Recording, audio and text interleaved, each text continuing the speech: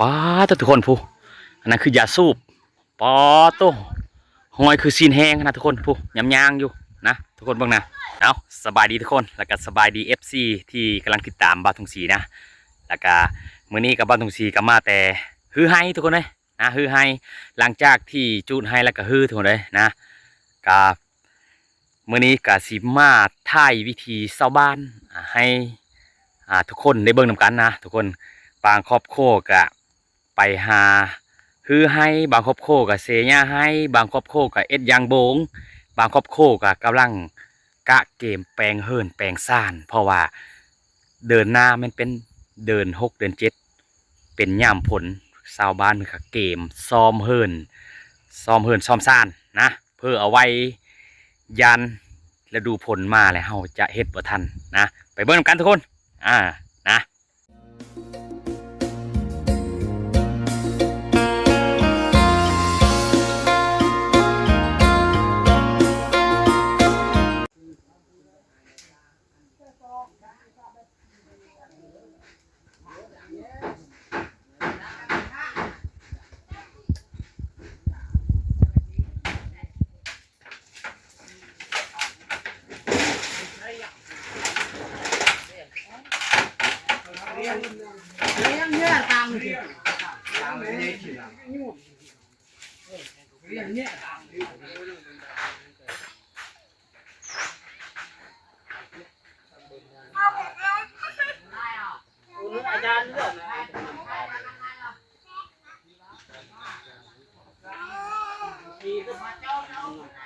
ไปเนี่ยจะคัดหน่อยเจาะโปรนะอันลูกตก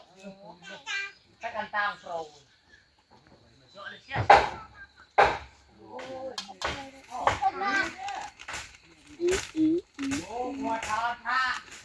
ตอนนั้นพักบ่พักสลาบตอนนั้นนะ ผักเสลาบ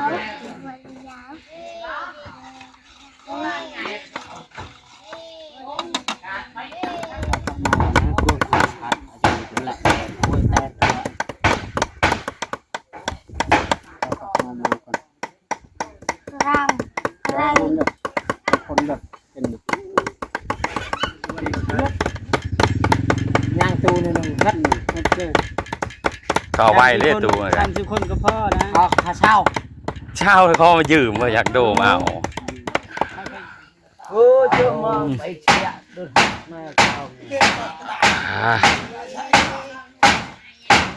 คุยเปล่าละจุกโอ้จุกเมียตัวครับโอ้คุยวันตรังนึง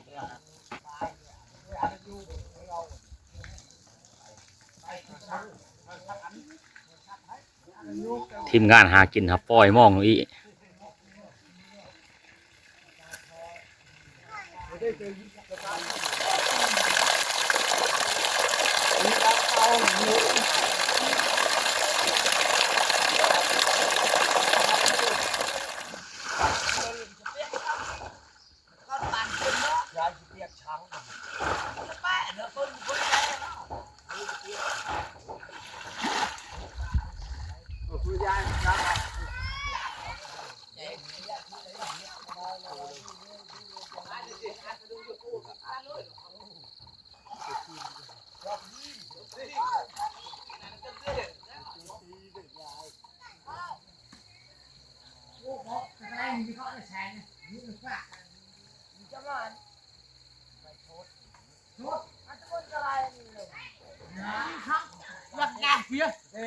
ตะตีนช่างตะตีนกี่ไหนเมื่อไรยะกี่ละเฮ้ยซากใช่ตะตากเชื่อรันไปได้ขันยุตะตาปางหรือนักร้องนะ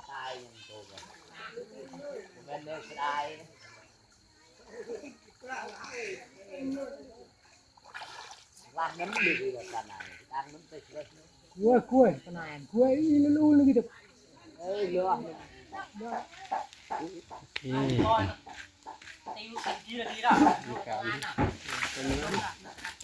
แล้วเขาโคใส่น้ำล้างก็ได้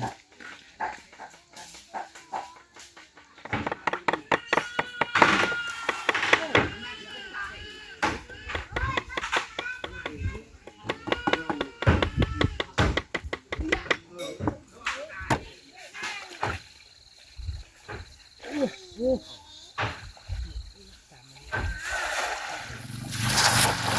phải tóc ngon cho long mình cô. Cái này là gì nữa cái này? Cái này gặp luôn, cứ đi luôn.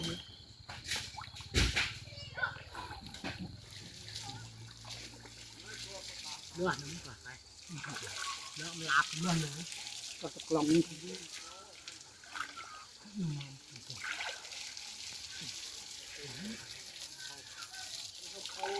Cái nó ao cái mà khẳng.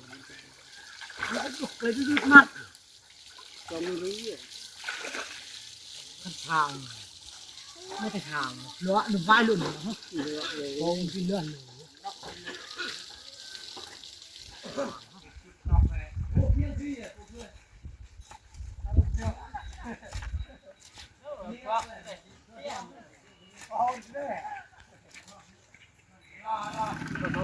nó này chuốc là tiểu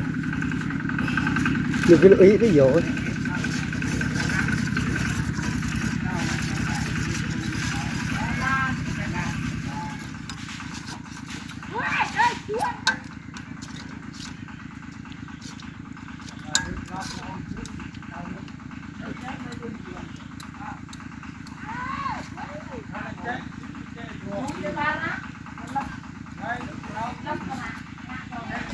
đi được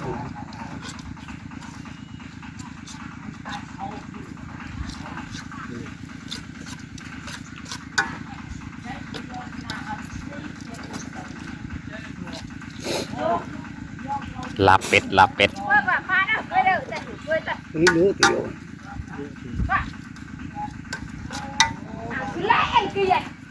dầu quay lại แปะนั่นมันจากไหน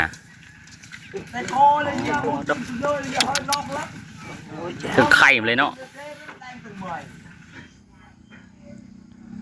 เด้ทุกคน อันนี้คือชาวบ้านเพิ่นเก็บมาล้างแล้วเพิ่นสีแล้วตากแ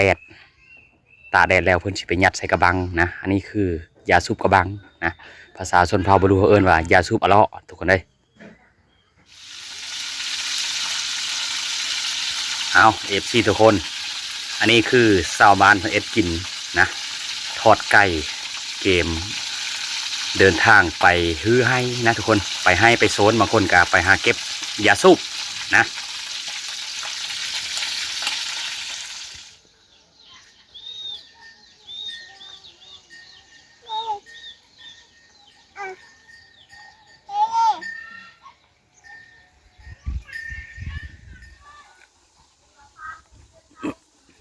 เด็กทุกคน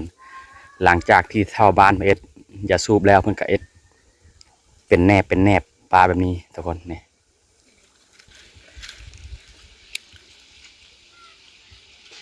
เขาชับอ่ะ เอ็ดซื้อซ้ำนี่เฮาเลี้ยวกันบ่เด้อเลี้ยวเด้อกันบ่จะบืนเลยบ่ ตะเบ้าอุ่นบ่ก็เรียวเด้อ อ๋อคันว่าตาฮืดอะเลาะล่ะให้เลี้ยวเด้อไอ้เนาะ เรียวจาเกีย เอาอันนี้ตะบืนจ้าไหน กินได้งวยเอ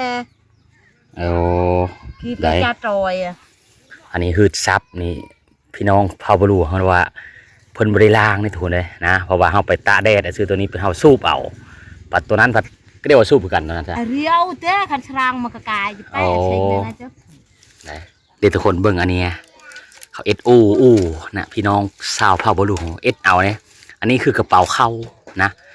กระเป๋าเข้าเลยเพิ่นไปยิบละตัวยุ่ยในนี่อันหวายทุกคนเลยหวายนะหวายอันนี้ทุกคนเลยเพิ่นยิบแล้วเอาหวายใส่นะแล้วก็เฮอลุเฮอหลานนอนนะกะเอ็ดแบบนี้กะประหยัดรายจ่ายนะทุกคนเลยอยู่เขตนอกเฮากะบ่ได้ซื้อนะตัวนี้คือเขาเอ็ดยาสูบกระบังทุกคนตัวนี้เขาตาแห้งแดดแล้วเขาไปยัดเชือกระบังตัวนี้นะตัวนี้เขายัดเชือกระบังตัวนี้ทุกคนยัดเชือกระบังหลังจากที่พี่น้องเพิ่นยัดเชือกระบังแล้วเพิ่นจะมายางไผ่นะแต่ประมาณค่ำๆนี่เพิ่นจะดังไผ่ยางไว้ยางค่อยๆทุกคนเลยถ้าว่าเขายางแห้งนี้กระบังตัวนี้จะไหม้ฮื้อนี่จะบ่แซ่บตัวนี้ไปเป็นบังไว้นะนี่1 2 3 4 5 6 7 8 9 10โอ้ตัวนี้คือซีเมนต์เพิ่นยัดไม่ไหม้ทุกคนเลยนะเพราะว่าไผ่บ่ทันได้ไหม้ยางโบงช่วงนี้ราคาแพงทุกคนเลยอยู่เวียดนามนี่โลนึง 7,000 นะ อยู่7,500ถ้าว่าเอาไปส่งอยู่อันชายแดนลาวเวียดแต่ถ้าว่าขายอยู่ในบ้านนี่ก็โลนึงประมาณ5,500ทุกคนเลยนะ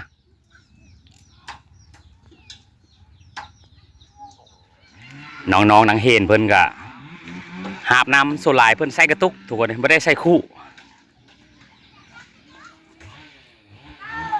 เด้เพิ่นยางตาแดดไว้หลายๆทุกคนเลยนะตัวนี้คือฮืดซับภาษาชนเผ่าบลูเพิ่นว่าฮืดซับภาษาลาวเขาเอิ้นว่าฮืดหรือว่าฮืดเป็นแนบภาษาทุกคนนะหลังจากที่มันตายแห้งแล้วเพิ่นจะฮุบเฮากันตัวนี้นี่เอาโซนนี้กับโซนนี้แล้วฮุบเฮากันนะ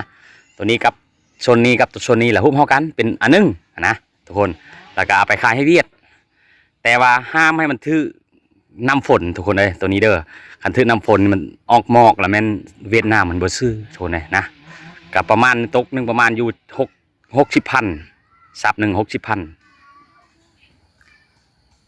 เด้ทุกคนตัวนี้คือในยาสูบทุกคนเลยนะในยาสูบเพิ่นจะแหวนไว้ตอนนี้เอามาตาแดดแล้วแหวนไว้ประมาณเดือน6ท้ายเดือน6นี่เพิ่นจะไปว่านปะแถวโฮนะแถวโฮแคมเซนสายเสียงเฮงนะเขาเอิ้นว่าแถวไล่ภาษาชนเผ่าบลูแถวไล่นะคล้ายๆคือเฮากาเบ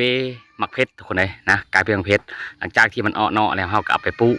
ใส่ดินทรายแล้วก็เบิ่งยันแต่หญ้าแล้วก็ยันโง่ควายเฮาก็ปีหน้าเฮาก็ไปเก็บเอาอีกคือเก่าเด้ทุกคนชาวบ้านเพิ่นบางครอบครัวก็เก็บเกี่ยวยางโบงทุกคนเลยนะทรงนี้กาหลังปีใหม่ฝนสิตกทุกคนเลยนะเด้บอกเลยว่าลายขนาดจังโบงทุกคนเลย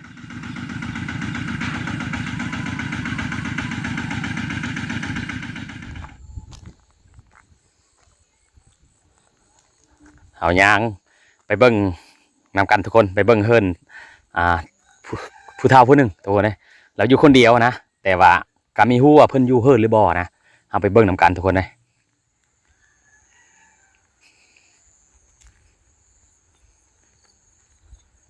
สบายดีพ่อเฒ่าอยู่เฮิรนบ่โอ้เพิ่นไปแล้วทุกคนเลยนะเพิ่นไปแล้วว้าตุ๊กนี่เบิ่งเพิ่นเอาไม้เพิ่นมาปุนี่โอ้ตุ๊กทุกคนเพิ่นเอากกไม้มาปุเลยทุกคนอันนี้คือไม้ดูลายนะทุกคนไม้ดูลายนะมันดูลายอยู่ผูเพิ่นเอามาปุเพิ่นตัดเอามาปุเพิ่นกลมาปุทุกคนเลยว่าสิมาหาพ่อเฒ่าเพิ่นทุกคนเลยกับเพิ่นไม่อยู่นะเฮากับมีกาเฮาเฮิรนเพิ่นทุกคนเลยทุนน้องๆนางเฮนเพิ่นกะรับจ้างแท่เท่าแก่เพิ่นนะตักยางโบงใส่กระเป๋ากะเป๋านึงกับประมาณอยู่10,000ทุกคนเลยนะตักใส่กระเป๋านึงตกอยู่ประมาณ50 โลนะเป๋าใหญ่ๆถ้ามันแห้งน้องๆเพิ่นกะหลังจากที่พักปีใหม่แล้วเพิ่นกะตักยางโบงซอยเท่าแก่เพิ่นพอได้เงินซื้อปึ้มซื้อซอหรือว่าซื้อขนมนะทุกคนนะเขานาแซงชาวบ้านเพิ่นก็เริ่มอ้อเลยทุกคนเริ่มอ้อเลยเขานาแซงเริ่มอ้อเลยทุกคนนะเด้อันนี้คือไม้ยางโบงป้าทุกคนผู้อันนั้นคือยาสูบป้าตัวหอยคือซีนแห้งนะทุกคนผู้ยำยางอยู่นะทุกคนเบิ่งนะผู้อันนี้คือยาสูบเบิ่งทุกคนเบิ่งนี่อันนี้คือยาสูบถูเอ้ยผู้